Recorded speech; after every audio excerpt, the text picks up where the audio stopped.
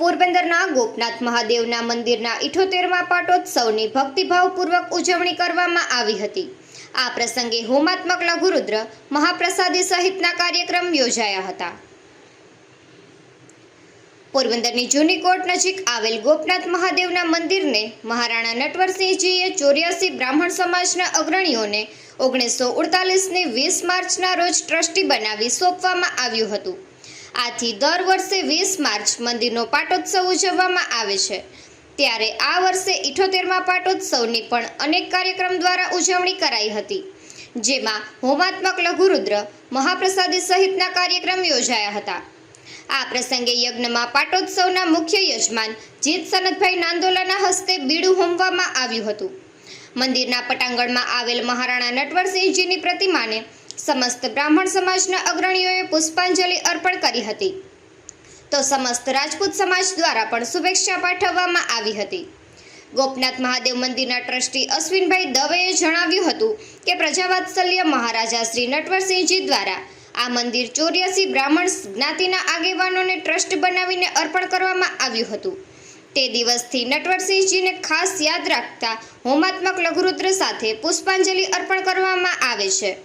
પાટોત્સવમાં સમસ્ત બ્રાહ્મણ સમાજના અશ્વિનભાઈ ઠાકર, દેવેન્દ્રભાઈ પંડ્યા તથા પાયલબેન દવે સહિતના અગ્રણીઓ તેમજ શહેરના વિવિધ સંસ્થાઓના અગ્રણીઓ પણ ઉપસ્થિત રહ્યા હતા। નિપુલ પોપટ, પોરબંદર ટાઈમ્સ। જે દવે ગોપનાથ મહાદેવના ટ્રસ્ટી આજ રોજ 20મી માર્ચ 78 એટલે 78 વર્ષ પોરબંદરના મહારાજાએ આ જે ગોપનાથ મહાદેવની જગ્યા છે તે પેલા ખાલી ગ્રાઉન્ડ પૂરતી જ હતી, મહાદેવનું મંદિર જ હતું। પણ બાપુને એવી ઈચ્છા થઈ કે આ મંદિરનું સુચારું સંચાલન થાય, નિયમિત ભગવાન શંકરની પૂજા થાય, ગોપનાથ મહાદેવની પૂજા થાય, એટલા માટે થઈ અને એ સમયે એટલે 78 વર્ષ પહેલા 5 બ્રાહ્મણોનું એ જમાનાના અમારા વડીલોનો એક ટ્રસ્ટ બનાવી અને આ બ્રહ્મ સમાજને, આ 84 જ્ઞાતિને આ જમીન અર્પણ કરી અને પછી અમારા ટ્રસ્ટીઓએ, ભૂતપૂર્વ ટ્રસ્ટીઓએ આ મંદિરને ડેવલપમેન્ટ કર્યું। ડેવલપમેન્ટ કરીને આજે આ મંદિરમાં અમે કોઈ પણ સમાજના સાર્વજનિક હેતુ માટે, ધાર્મિક પ્રસંગો ઉપયોગ માટે અમે ઉજવવા માટે આપીએ છીએ।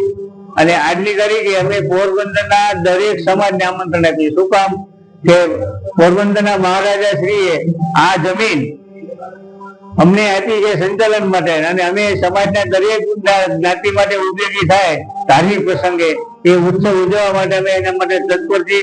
અને દરેક પ્રસંગ માટે અમે દર વખતે દર સમય જે કોઈ 3 હોલ બનાવેલ છે, સત્સંગ હોલ, સ્વાધ્યાય હોલ અને ભક્તિ હોલ, આવા 3 હોલ બનાવ્યા છે। એટલે યોગ, પ્રાણાયામના ક્લાસ ચાલે, શૈક્ષણિક ક્લાસ ચાલે, એવા તમામ ક્લાસ બિન રાજકીય કોઈ પણ પ્રવૃત્તિ માટે અમે ગોપનાથ મંદિરનો ઉપયોગ કરવા માટે પોરબંદરની પ્રજાને આહ્વાન કરીએ છીએ।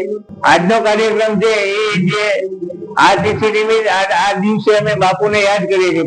પોરબંદરના મહારાજા નટવરસિંહ બાપુએ જમીન અમને આપી હતી, એટલે આ દિવસે અમે નિયમિત એમને બાઉલમાં બેસાડેલ છે, એની પૂજા અર્ચન કરીએ છીએ અને બાપુને આ દિવસે અમે ભાવપૂર્વક શ્રદ્ધાંજલિ આપીએ છીએ।